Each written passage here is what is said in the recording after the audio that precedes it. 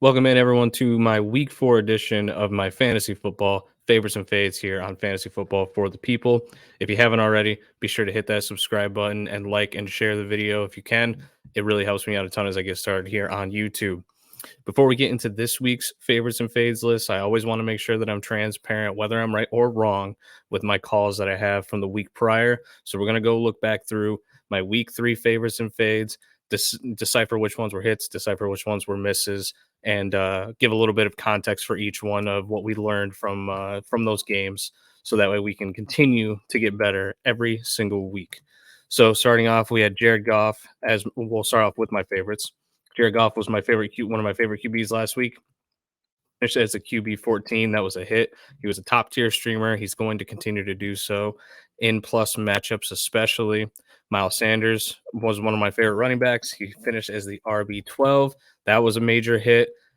Honestly, he was saved by the touchdown, but his usage came down a little bit with the involvement of Andy Dalton in this game being a more high scoring affair than we all figured it would be. Excuse me. So with Bryce Young coming back this week, I expect Miles Sanders to have that massive workload that he usually gets, and is still going to be a very usable running back. Josh Jacobs finishes the RB20. I'm going to consider this a miss. Typically, if any running back that I suggest finishes inside the top 20 or is a top 20 option, that would be a hit for me. But we expected so much more from Josh Jacobs last week, especially in that matchup, that I'm not going to consider that a hit. It was not a great play. His slow start is continuing, and it's concerning. But I do think a bounce back is going to be coming up with his schedule.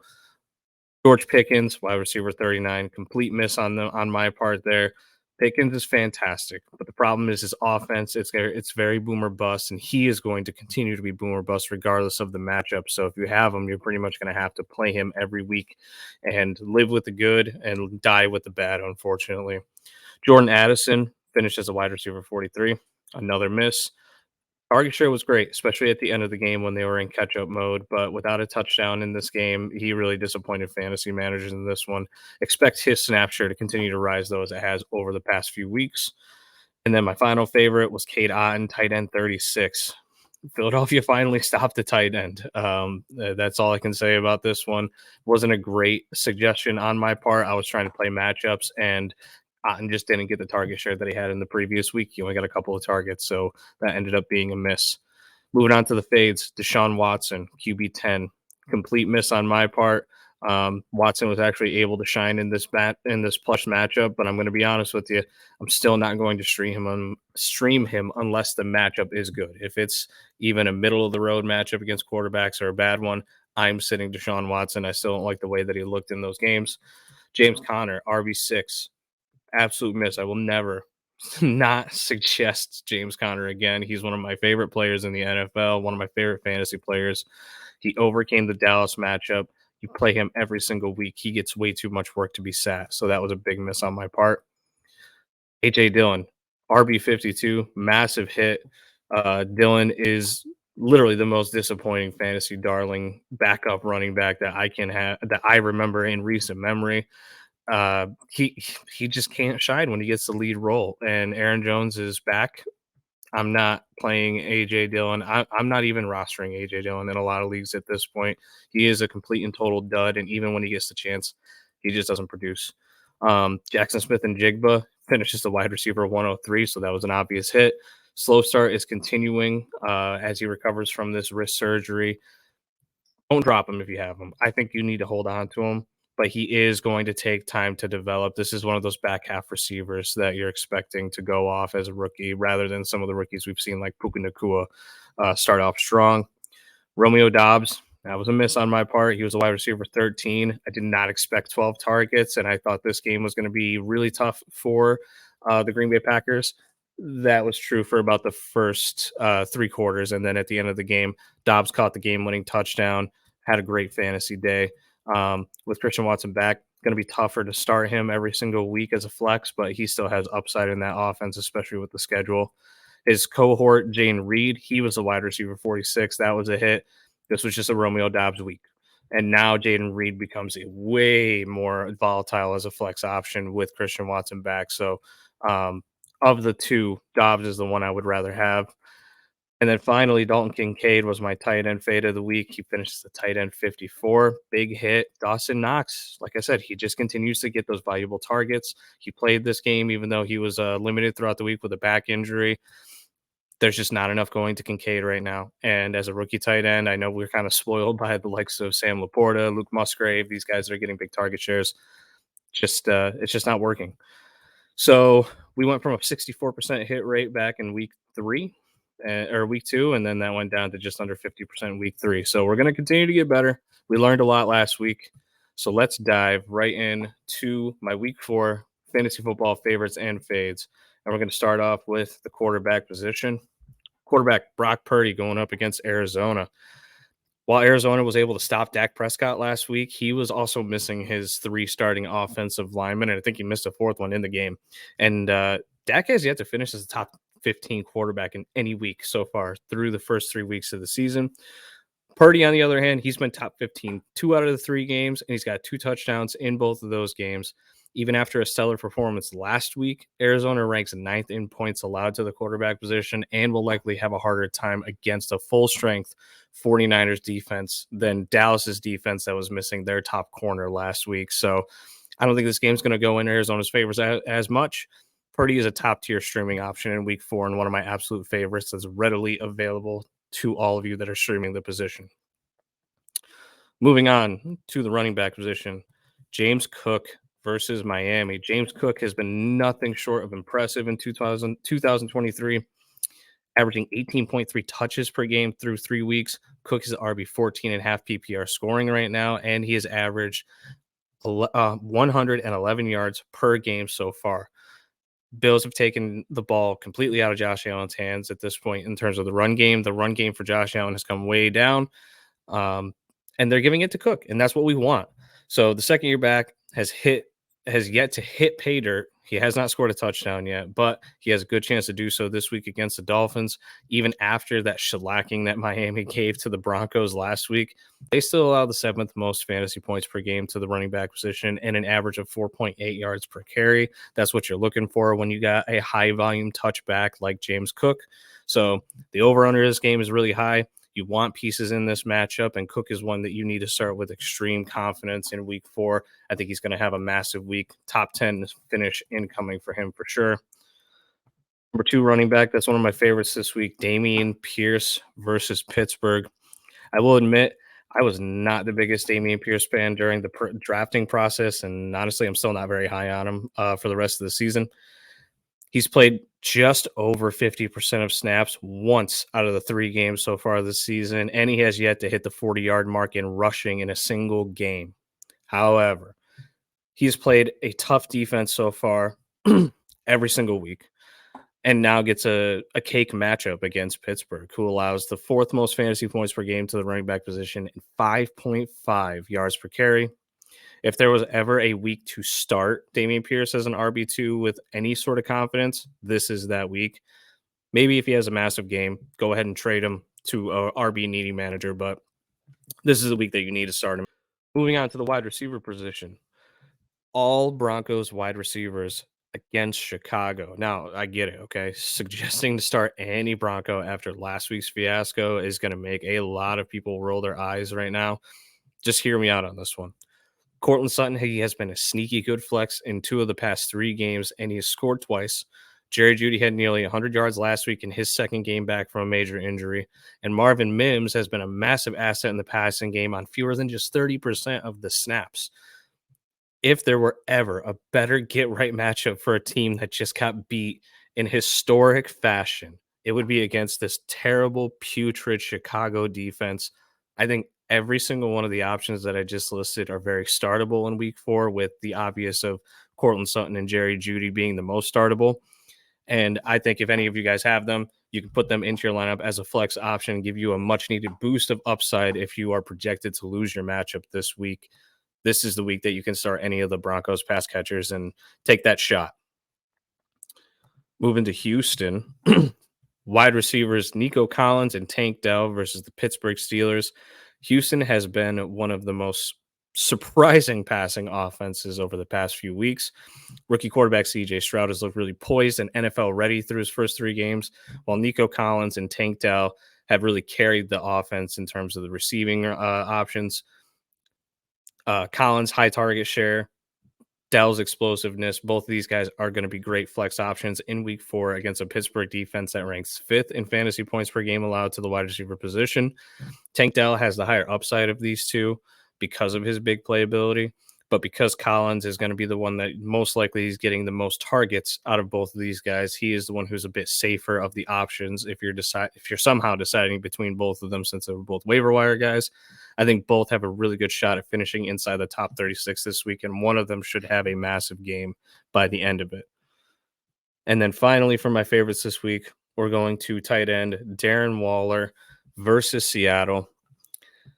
I understand. It was a really rough week 3 outing against San Francisco on Thursday Night Football last week, and I'm here to try and calm fantasy managers that have Darren Waller down a bit for fantasy purposes. I think he's going to be just fine. Giants offense was a hot mess in week 1. Kind of got to throw that game out.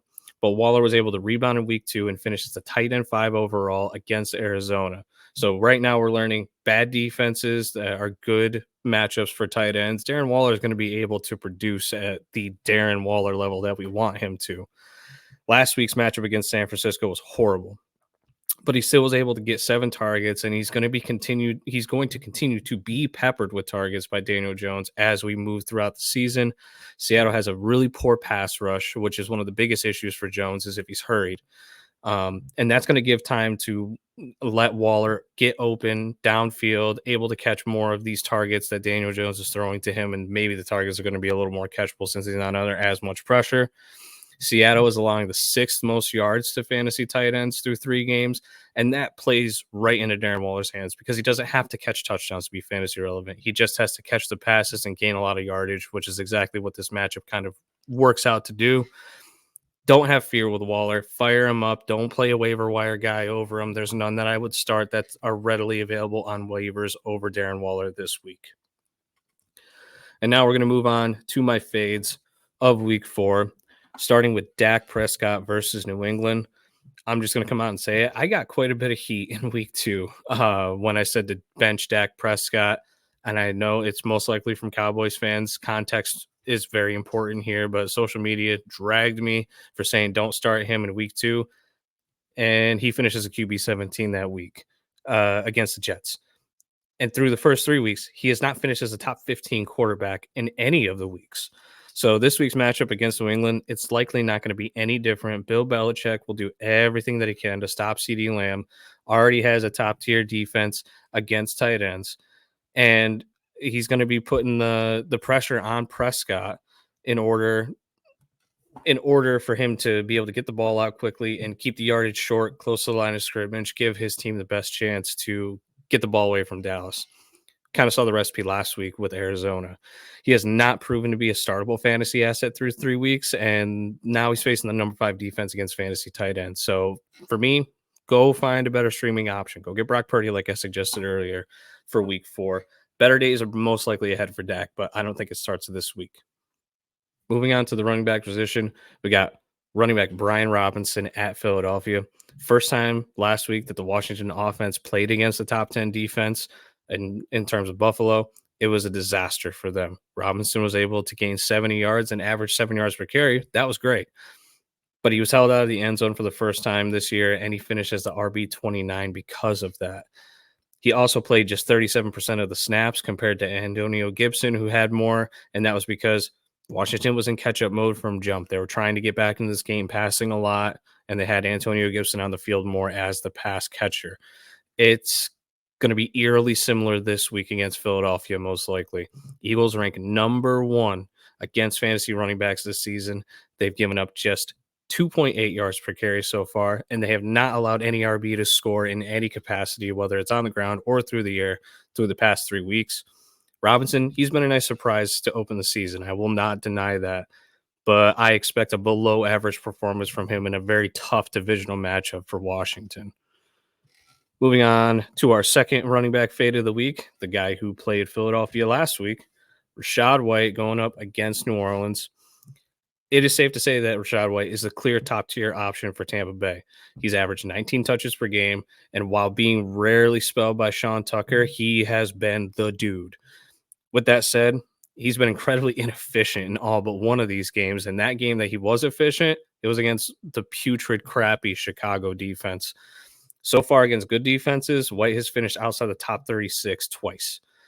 So this is a clear, you start Rachaad White when he's going up against a lower tier running back defense, and you need to try and find a different option if possible when he's going up against a high-end run defense like New Orleans is. New Orleans ranks sixth best in fantasy points allowed to running backs through 3 weeks, and they have not let one score yet, neither on the ground nor through the air. It's a really tough divisional matchup, and White could be very, very underwhelming for fantasy managers this week. You can start him always because of the volume, but he is not a high-end option in week 4 by any means against New Orleans. Moving on to the wide receiver position. I hate this one. Garrett Wilson versus Kansas City. Personally, I believe you'll be able to start Garrett Wilson with any sort of confidence sooner rather than later. The benching of Zach Wilson is coming soon. That Jets team is riled up, ready to get rid of him. The locker room is getting riled up. Salah's not going to be able to protect him forever. So I think that the switch is coming soon. But with that said, Zach Wilson's going to be under center again in week 4. There's no denying that. Trevor Siemian, the guy they just signed, is not going to play in week 4.